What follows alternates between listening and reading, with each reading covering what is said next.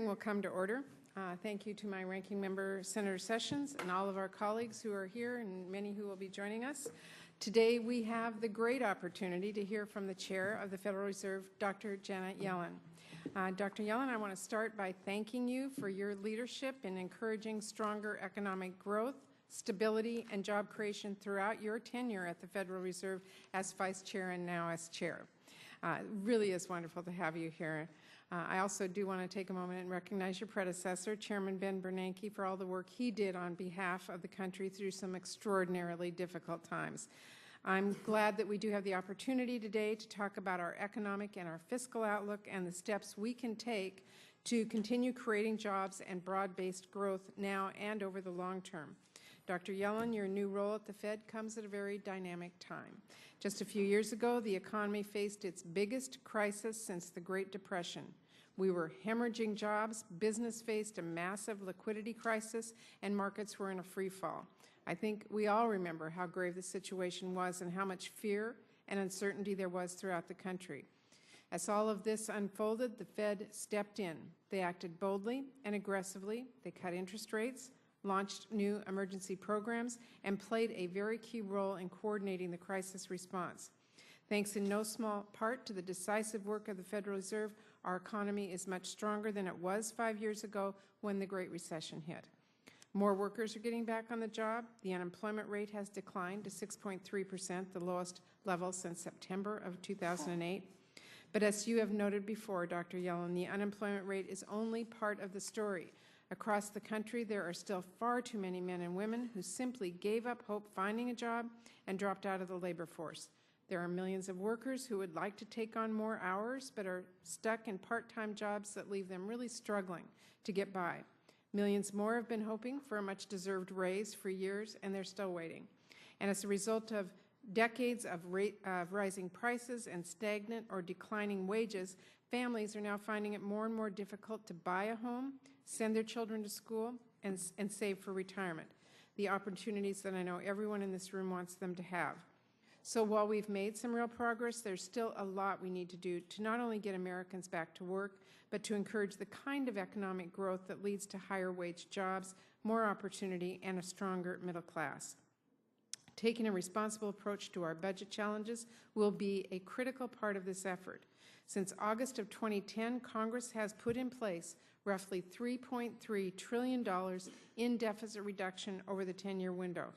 Some of that deficit reduction came from letting the Bush tax cuts expire for those at the top of the income spectrum, but the majority came from deep spending cuts as a result of fiscally austere policies fought for by many of my Republican colleagues. That includes the across-the-board cuts from sequestration, which impacted so many of our families and communities across the country. Today, our near-term budget outlook has improved significantly.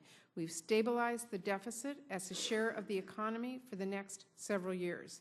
And the deficit for this fiscal year is expected to be about a third lower than what the Congressional Budget Office projected it would be 5 years ago.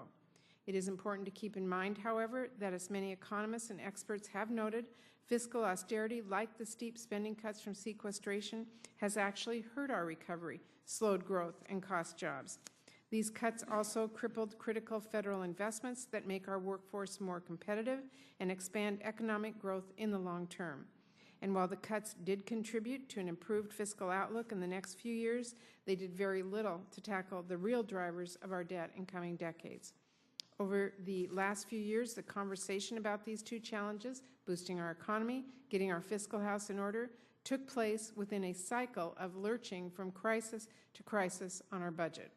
Those crises created a lot of economic uncertainty and put the focus on getting through the next crisis rather than reaching agreement on measures to help the economy recover in the near term and tackle our debt in the long term. With the 2-year budget agreement that Chairman Ryan and I reached in place, we finally have a chance to look at these challenges without one budget deadline after another hanging over us. I'm very hopeful we can take advantage of this opportunity and be able to build on the Bipartisan Budget Act by working together on a balanced approach that puts job creation and growth first and continues to address our debt and deficit.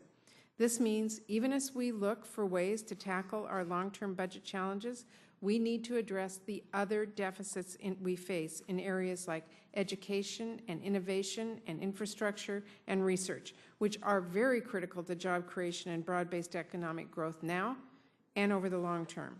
It means we will need to follow the recommendation of the bipartisan expert and include both responsible spending cuts and new revenue from those who can afford it most in our deficit reduction efforts.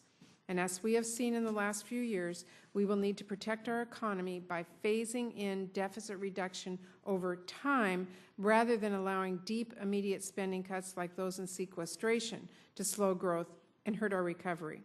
I strongly believe that if we can take this kind of balanced approach, our economic growth will be stronger and more broadly felt right now for the millions of workers and families still struggling, and for workers and families in the decades to come.